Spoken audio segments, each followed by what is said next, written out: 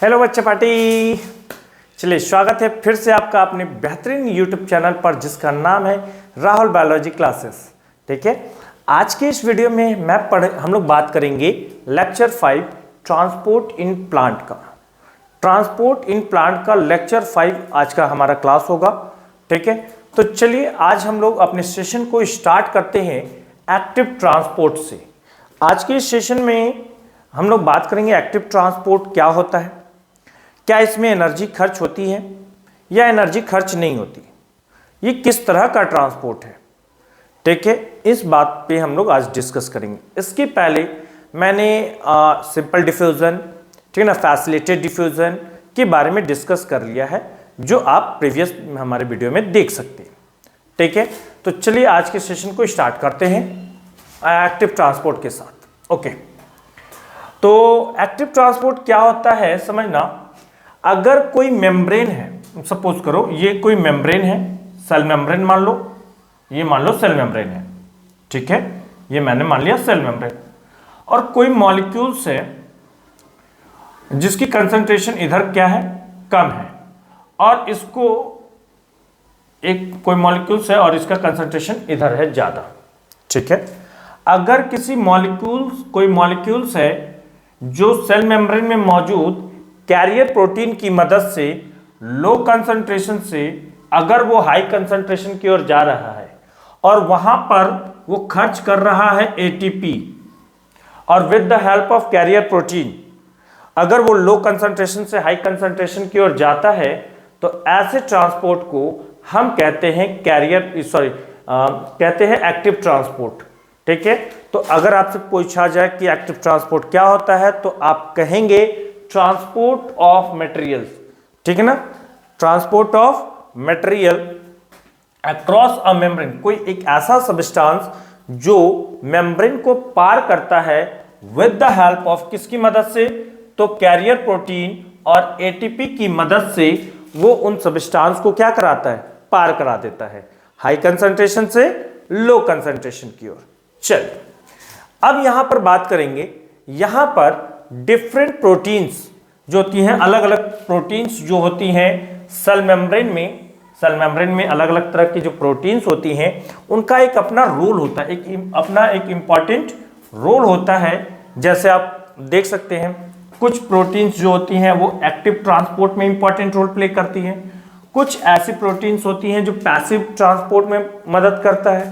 ठीक है, यस या नो? यस। चलिए यहां पर अगर मैं बात करूं पंप्स क्या है, जैसे अभी कुछ पिछले वीडियो में मैंने अपने लेक्चर 4 वीडियो में आप लोग को बताया था कि वहां पर हमने बात करी थी लेक्चर 3 और लेक्चर 4 में आपने देखा पढ़ा होगा कैरियर प्रोटीन के बारे में, यानी एक्वा प्रोटीन है ना, पोरीन के बारे में मैंने बात करी थी। तो पोरीन एक ऐसा प्रोटीन होता है जो एनर्जी खर्च नहीं करता, एनर्जी का यूज नहीं करता ट्रांसपोर्ट को कराने के लिए, किसी सब्सटेंस को पार कराने के लिए वो एनर्जी का यूज नहीं करता, पोरीन हो चाहे एक्वा पोरीन हो। लेकिन यहां पर हमने क्या देखा कि सेल मेम्ब्रेन के पास एक ऐसा प्रोटीन है जिसका नाम है पंप्स। पंप्स एक ऐसी प्रोटीन है जो क्या कर रहा है, एनर्जी को यूज कर रहा है। किसको यूज कर रहा है, एनर्जी, दैट मीन्स कि एटीपी को वो यूज कर रहा है। ठीक है, क्या करने के लिए, तो वो उस सब्सटेंस को कैरी करता है बस सेल मेम्ब्रेन को पार कराने के लिए। तो यहां पर देखो पंप्स जो है वो एक प्रोटीन है जो एनर्जी खर्च कर रहा है। तो मैंने क्या लिखा, सेल मेम्ब्रेन में जो डिफरेंट प्रोटीन्स होती हैं उनका एक अपना इंपॉर्टेंट रोल होता है कि नहीं।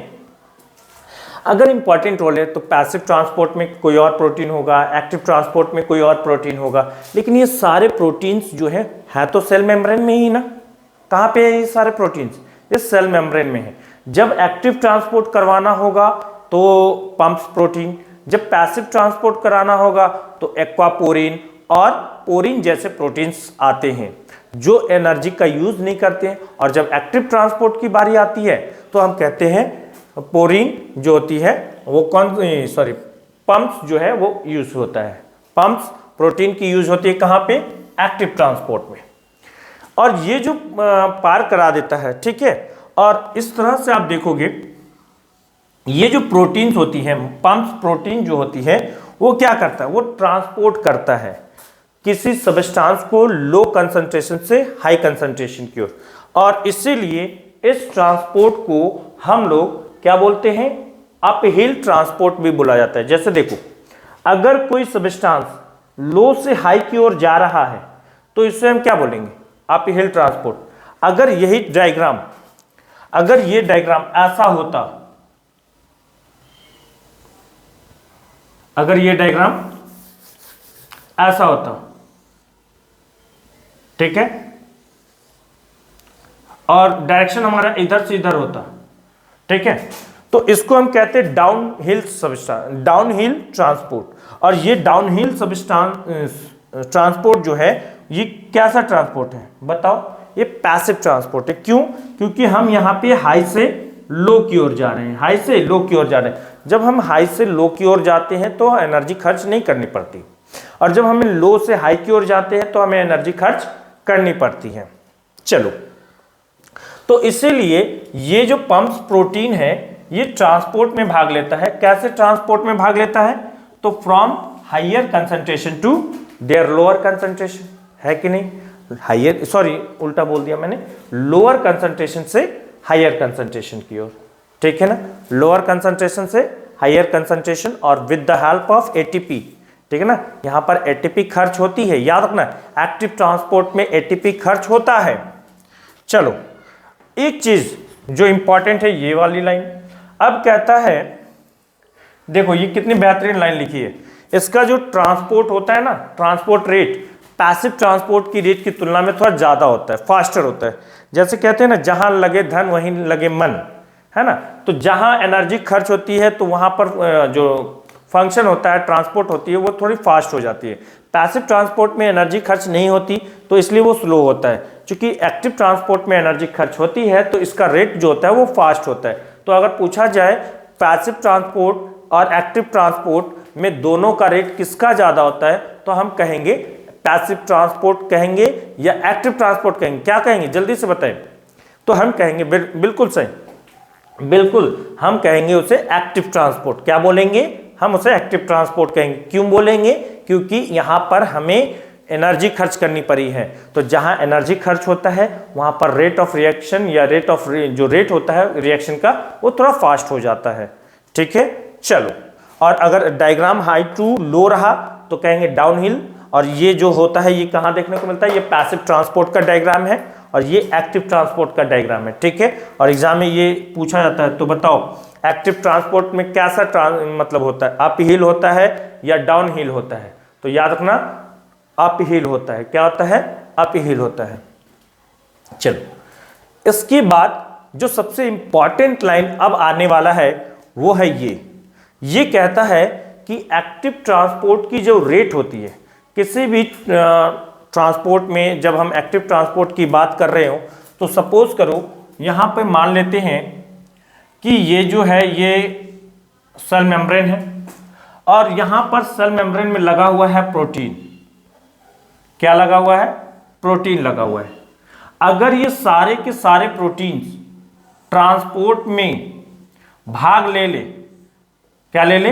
ट्रांसपोर्ट में भाग ले लेगा, सारे के सारे प्रोटीन्स ट्रांसपोर्ट में भाग ले ले, तो एक्टिव ट्रांसपोर्ट जो है वो अपने मैक्सिमम रेट पर पहुंच चुका होगा, जिसे हम कहते हैं सैचुरेशन इफेक्ट कहते हैं। जिसे हम क्या कहते हैं? Saturation effect. तो अगर आपसे पूछा जाता है सैचुरेशन इफेक्ट क्या है, तो हम कहेंगे सेल मेम्ब्रेन में मौजूद जो प्रोटीन्स होती हैं, अगर वो प्रोटीन्स अपने ठीक है ना, अपने सेल मेम्ब्रेन में मौजूद जो प्रोटीन्स होती हैं वो सारे के सारे यूज में आ जाए ट्रांसपोर्ट में, सारे के सारे प्रोटीन्स कहाँ आ जाए?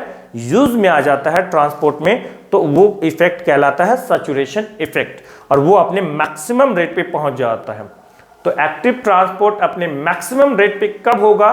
तो हम कहेंगे रिचेज और मैक्सिमम तब होगा जब उस सेल मेम्ब्रेन में मौजूद जो प्रोटीन्स है वो सारे के सारे क्या हो जाएंगे? यूज हो जाएंगे। सारे के सारे क्या हो जाएंगे? यूज हो जाएंगे। तो हम कहेंगे कि सेल मेम्ब्रेन में मौजूद जो प्रोटीन्स है वो यूज हो गई है, तो इसलिए वो अपने मैक्सिमम रेट पे पहुंच गया है। कहाँ पहुंच गया? अपने मैक्सिमम रेट पे पहुंच गया है। इसके अलावा अगर हम एक बात और करें तो यहाँ पर लिख रखा है कि जो कैरियर प्रोटीन्स होती हैं वो हाईली स्पेसिफिक होती हैं, है ना। जैसे एंजाइम, एंजाइम कैसे हाईली स्पेसिफिक होती है, हर काम को करने के लिए एक पर्टिकुलर एंजाइम होता है। तो वैसे ही यहाँ पर कैरियर प्रोटीन भी क्या होती है, ये भी स्पेसिफिक होती है। बहुत ही इंपॉर्टेंट लाइन है, ऑब्जेक्टिव यहां से भी बनता है, ठीक है। तो एंजाइम की तरह ये भी क्या होते हैं, कैरियर प्रोटीन्स जो होती हैं वो भी क्या होती है, स्पेसिफिक होती है। कैरियर प्रोटीन भी क्या होता है, स्पेसिफिक होता है, और ये सेंसिटिव होते हैं इनहिबिटर के लिए, ठीक है। That react with protein side chain, जो प्रोटीन साइड चेन के साथ रिएक्ट होने से रोक देता है, ठीक है। चलिए, तो उम्मीद है यहां तक आपको ये बातें समझ में आ गई होंगी। तो इसके बाद अगला जो हमारा टॉपिक है वो हम होगा फैसिलिटेड डिफ्यूजन, सिंपल डिफ्यूजन और एक्टिव डिफ्यूजन में, सॉरी एक्टिव ट्रांसपोर्ट में क्या है जो अंतर है, उस अंतर को हम लोग अपने नेक्स्ट वीडियो में पढ़ेंगे। तो इस वीडियो में आज इतना ही। अगर आपको ये हमारा वीडियो अच्छा लगता है, हमारे चैनल को सब्सक्राइब करें, ठीक है, और सब्सक्राइब करके बेल आइकन को दबाना ना भूलें। तो ठीक है, आज के लिए इतना ही। तब तक पढ़ते रहें, बढ़ते रहें, और जैसा कि मैं कहता हूँ कि पढ़ेगा इंडिया तभी तो बढ़ेगा इंडिया, ठीक है। Thank you.